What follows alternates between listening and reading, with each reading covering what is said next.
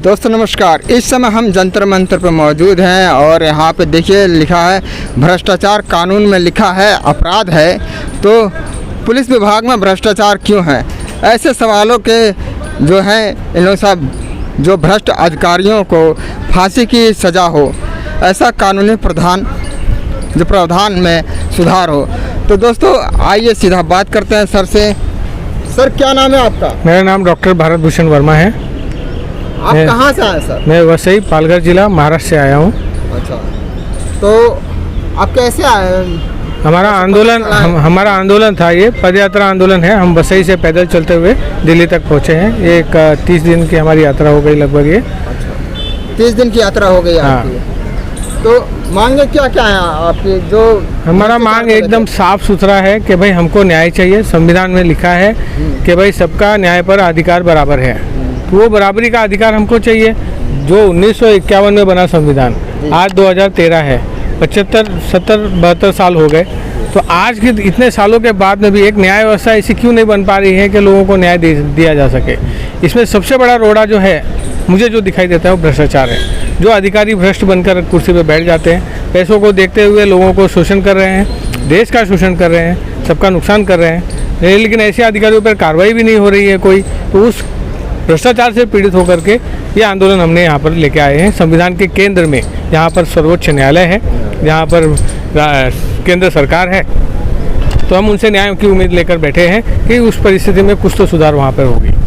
आखिर जो सरकार है वो साफ सुथरी सरकार, यानी सबका साथ सबका विकास की बात करती है, लेकिन जो भ्रष्टाचार के मामले में जो कहीं ना कहीं फेल नज़र आ रही है क्या?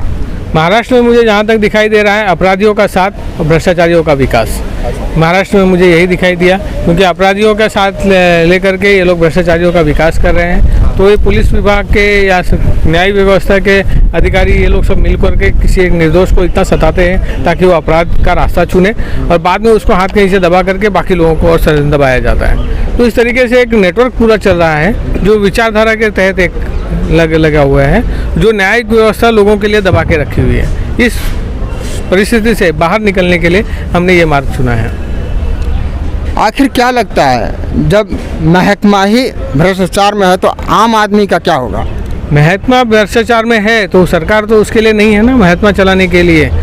सरकार इसके लिए है ताकि लोगों की सेवा हो सके, जो लोगों की समस्याएं हैं उस पर समाधान निकल सके। ये सारी व्यवस्थाओं को बनाया उसी लिए गया था, उसका पूरा उद्देश्य वही है। किताबों में वैसा ही लिखा गया है। आप कानून की किताब पढ़ेंगे तो वहाँ पे लिखा है भ्रष्टाचार अपराध है, बराबर है। अगर भ्रष्टाचार अपराध है तो पुलिस विभाग में भ्रष्टाचार क्यों होना चाहिए? क्योंकि सबसे पहला दरवाज़ा आप न्यायपालिका में जब चढ़ने के लिए जाते हैं तो पहले आपका पुलिस विभाग ही लगता है, उसके बाद फिर आप कोर्ट तक जाते हैं। तो अगर भ्रष्टाचार पहले दरवाजे पे ही है तो उसके आगे का रास्ता आप कैसे चल पाएंगे?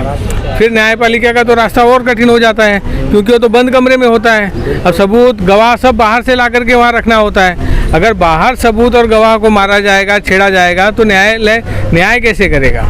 ये सब चीज़ें आप देख लीजिए। आप भी दिल्ली में कुछ दिन पहले एक बेटी की हत्या कर दी गई, एकदम निगूढ़ हत्या थी। 30-40 बार चाकू से गोदा, उसके बाद पत्थर से कूचा गया। ये हादसा हुआ। हाँ, अब उसके पास इतनी साहस कहाँ से आई?